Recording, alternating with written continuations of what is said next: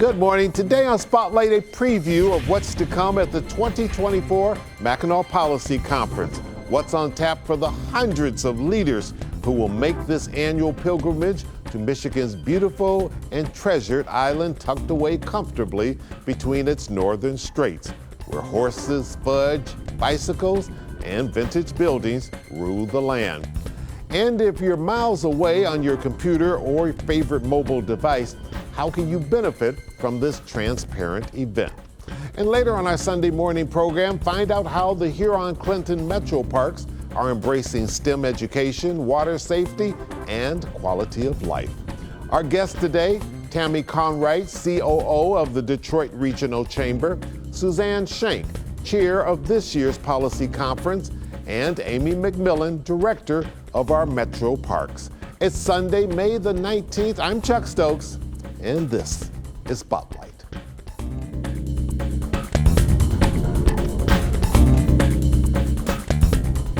Ms. Shank, I'm going to start with you. You are the chair of this year's policy conference. What's the theme? The theme of the 2024 Mackinac Policy Conference is Bridging the Future Together. We're trying to inspire radical collaboration across divides. We're living in a time of a lot of division, us versus them. And our hope is that we can all come together, all of these dynamic thought leaders, CEOs, politicians, and philanthropists, and strategize about how to bridge the future together to move Michigan forward. You've got a good team around you. I know that from just watching the chamber over the years. But was it hard to settle in on that theme given all of the division that we've got going on in the world today? Absolutely not. The theme was wildly popular. We have a few planning committees, and everyone latched onto it very quickly, and it will permeate the conference and all of our speakers, discussions, and our panels. And so I think people are tired of all the division and really looking forward to us pushing forward. Sure. Ms. Conway, you've seen a boatload of these conferences. I have. What are the highlights for this year? We bring in some nationally well-known speakers who can really hit home the theme, but also help us take it down further to say, how can we put it into action? You know, for example, we've got, Cabinet Secretary Gina Raimondo coming in. We have Chuck Todd, Paul Ryan, and then we go to an AI expert. So our keynote speakers, I think, is always a highlight.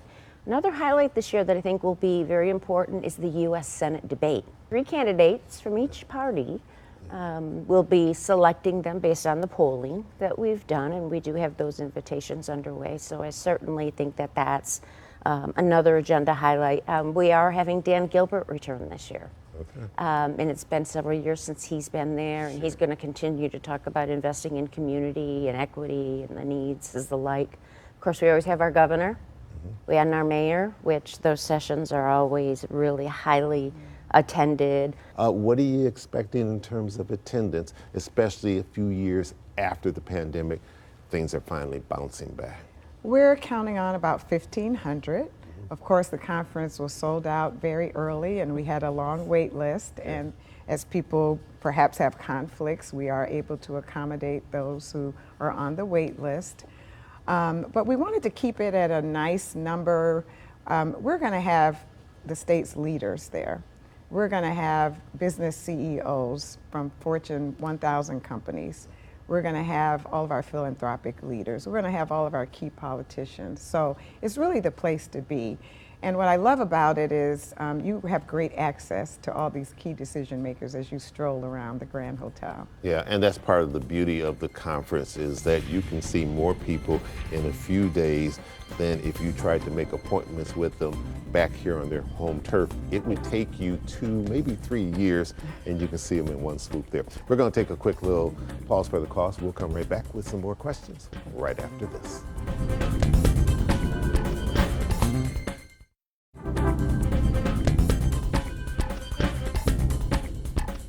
And welcome back to Spotlight, talking to Tammy Conwright and Suzanne Shank. Ms. Shank, I'm going to start with you.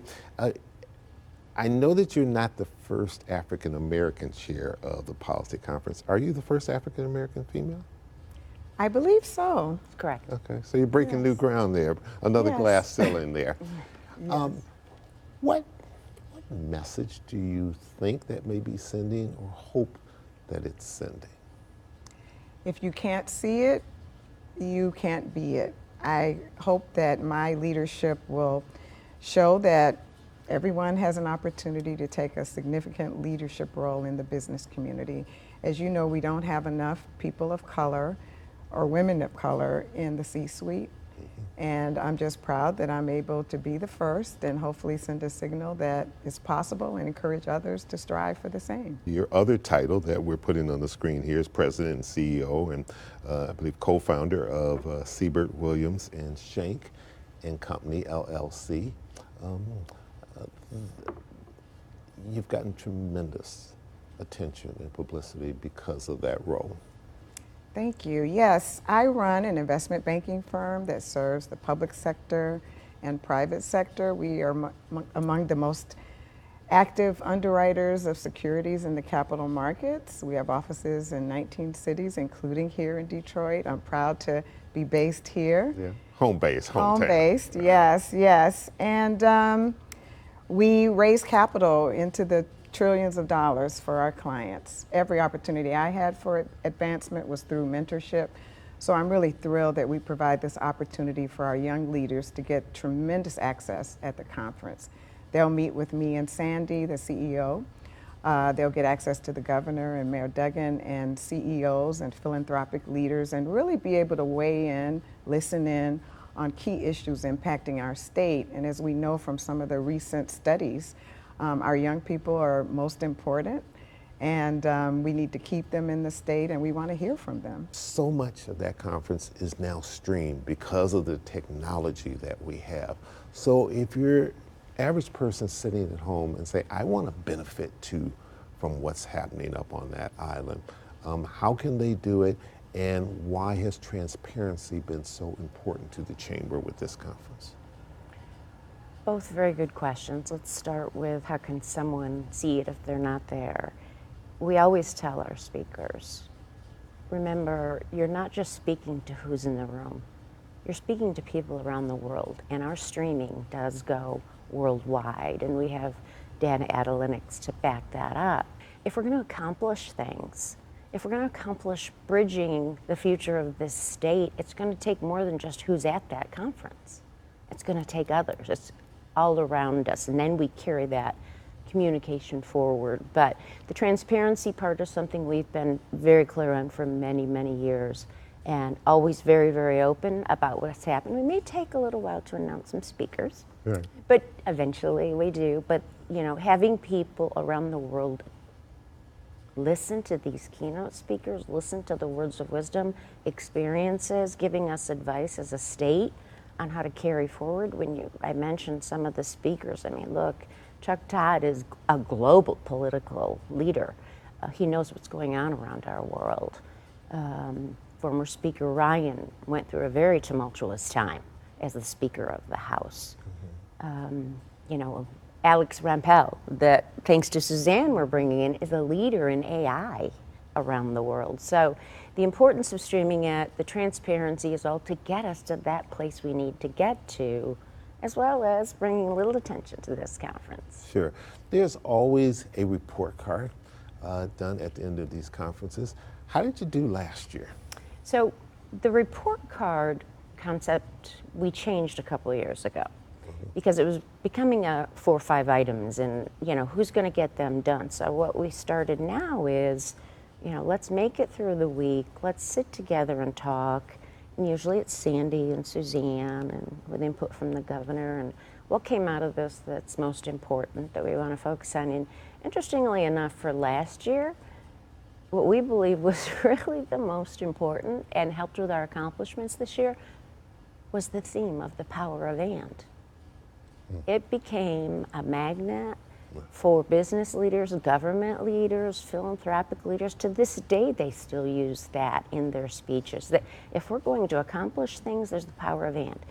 You can disagree, I can disagree, but together we have to come to where it can be a power of and to get things done. Yeah, and I think I've seen that in some Gardner White commercials as well. So I don't know if that's where she got it from, but it sure is in a whole lot of commercials. After the Mackinac Policy Conference, you're chair this year, but then you move into the role as overseeing the board for a year. What do you anticipate with that, and what do you want to do in that role? You know, when you mention the power of and, we really took this theme, Bridging the Future Together, to carry that forward. And I want to carry that throughout the year. We're going to have to roll up our sleeves and continue to work very hard to keep the momentum going that we've been seeing in the state and in our region. We have all this great momentum.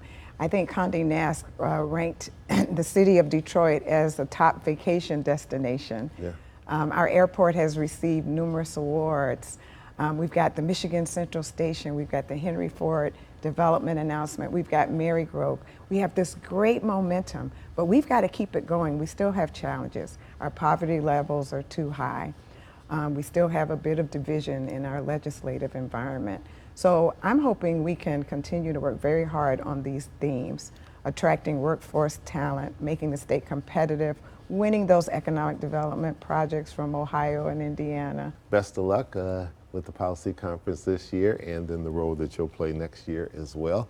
And Tammy Conwright, always good seeing you. And what's been the toughest thing about doing a Mackinac Policy Conference in 2 or 3 short words, because you've done 19 of these? I don't really find anything tough about it, but the only thing I would say is keeping it relevant. Okay. It's a good way to end it, keeping it relevant. Tammy Conwright, always good seeing you as well. And we'll be back with Amy McMillan. She head honcho over at the Huron-Clinton Metroparks. We'll be right back. Stay with us.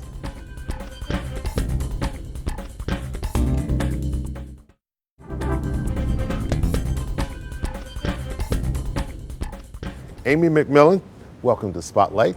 Good having you. Last time we talked, you were on Zoom. I think it was during all the pandemic stuff, so it's so nice to be able to see someone up close. It is such a pleasure to be here in person. I really appreciate it. Thank you. Well, the honor is ours. All right, so fill in the blank. The state of our metro parks is? The state of our metro parks is awesome in the best possible way in terms of inspiring awe in nature and connecting people to the outdoors and improving their health and developing partnerships throughout our entire region to more equitably serve all of the people who live here and who visit here. During the pandemic, our parks gained tremendous popularity because it was the one place people could go. They could be outdoors, they could be safe, and all those things. And we saw the numbers really tick up. Has that leveled off, or have people maybe who weren't introduced to the parks before realized that during the pandemic they have them, and now they said, I'm going to continue using the parks? So in most cases, we've been able to maintain those same numbers, right, of people coming to the parks every day, all year long. And in some cases, some of our programs have grown actually since the pandemic, even with those high numbers. For example, we have 7 golf courses in the metro parks. And the only way we could put more people on those golf courses than we are now is if the days were longer, because they are so We haven't figured popular, out how to do that yet. Right, and so many people who are registering for our programs, whether they're our nature programs, our swim programs, people bringing their own programs to the parks. We host all kinds of events, races, 5Ks, 10Ks, soccer programs, cross-country programs. We are hosting regattas at our on our lake at Kensington Metro Park. So people have not just rediscovered the parks, but discovered how to continually use them better and benefit from them as a result. Yeah, and what a wonderful, healthy asset. You have launched a multi-million-dollar initiative. Tell us about that. Yes, we have. It's called Metroparks and Me, and we're looking to raise $2.4 million over the course of the next 3 years. And the reason we put this program together is we have 7 million people, give or take, who visit the Metroparks every year. So that's a ton of people, right? That's a lot of people. In our 13 parks and our 25,000 acres. But we know that there are probably still another 7 million people who have not visited the Metroparks from the region every year. And we want to be able to reach out and connect everyone throughout the region to the Metroparks to be able to benefit from all of the opportunities that we offer. And so Metroparks and Me is really concentrated on 2 of our programs, and that is the Everyone in the Pool program and our Supplemental Science Learning program. In terms of STEM, what's the goal? So I think sometimes when people think of STEM, they think of it as being this really kind of like cut and dry program. And for us, STEM, that science portion of STEM, is about connecting kids and their families to science in the natural world, right? Because there is so much to discover outdoors, and creating in them that sense of wonder, that idea that science is something that is certainly important in the classroom, but is also important outside of the classroom. And it has all of these benefits to you and the world around you, and your ability to help shape and change that world for the better. There are kids today who've always had all of this technology, right? And so being able to take them outdoors and utilize that technology in a different way to connect them to the natural world, be able to show them, whether it's in one of our parks or just in their schoolyard, right? How everything connects to everything else, right? In this big way that impacts the world in which we live. Yeah, very important. All right, we're going to take a little quick break. We'll come right back, and I want to pick up on the other side of that, and that's water safety. Yeah. We'll drill down on that. We'll be right back. Stay with us.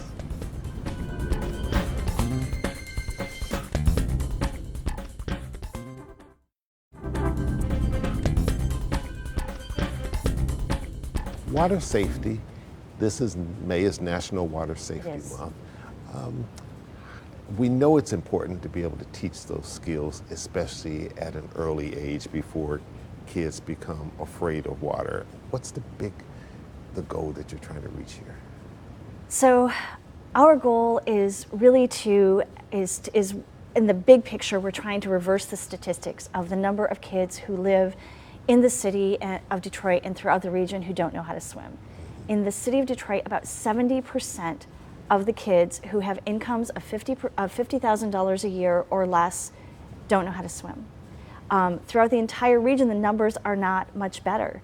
And Amy, is that because they don't have access to pools? And is it really a financial situation? Or is it a cultural thing as well, or a combination? So mostly it is an access issue, right? Because there are so many historical reasons, right, why people have not learned to swim, where people were denied the opportunity to swim and be in public pools over the course of years, or who may not have felt safe there. But also currently, it's just because part of it is swim lessons are incredibly expensive. They are incredibly expensive. There are a lot of great lesson programs throughout the region, but they're out of reach for so many people. And we did this big survey about 5 years ago to answer that question, like, why are kids not learning how to swim? And we thought, oh, maybe not enough pools or not enough lesson programs. But really, being able to access the lessons and being able to afford the lessons were in the top 3 reasons why people were not able to take their kids to swim lesson programs. And then as you get older, if you didn't learn when you were young, then it becomes sort of a thing of, well, you may have developed a fear, and 2, almost embarrassed to admit that I don't know how to swim. Exactly. And also we hear from parents and grandparents who are anxious to learn how to swim. So we've started some adult swim lesson programs as well. But they are committed to teaching their children and grandchildren how to swim, so that their kids can be in the water and they can be safe and they can experience that. Like, it's part of being in Michigan, right? We have all of this incredible water that's available to us, and if you are not able to swim, you are being denied the opportunity to fully participate in that. And so we started reaching out to partners. Our first partner was the city of Detroit at Brennan Pools in 2021. And we said, because they had set a goal to teach 500 swim lessons that summer. And we said, hey, if we could provide some resources to you, could you teach 500 kids, not just 500 lessons? And they're like, yeah, we could.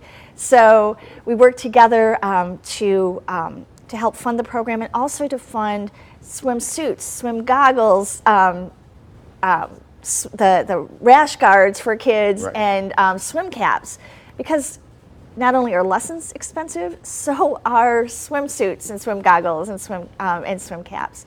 And so that program went really, really well, and we thought, we can do some more of this. And we went to our board and we asked the board to set aside some money to get us started, and we began expanding these partnerships. So we're working with Y in Mount Clemens. We're working with the Friends of Rutherford Pool in Ypsilanti.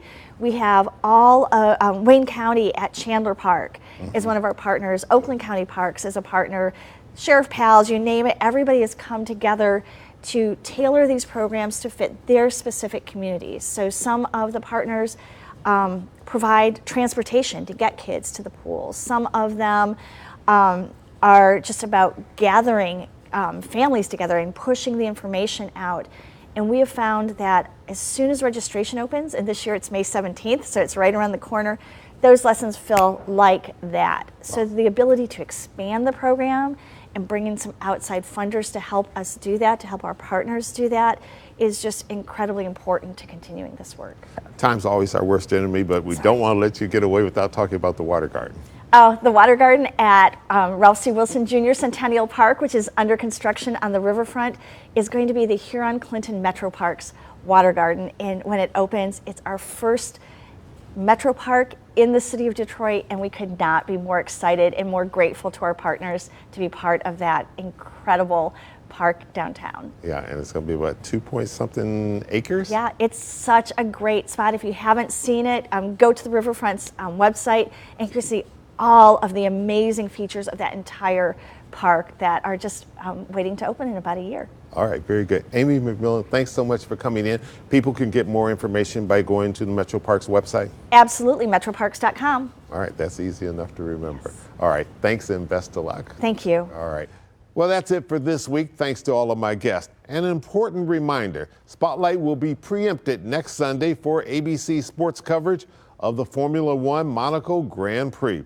So have a nice, safe, and meaningful Memorial Day. We'll see you back here on Sunday, June the 2nd, same time, same place. I'm Chuck Stokes. Have a good day.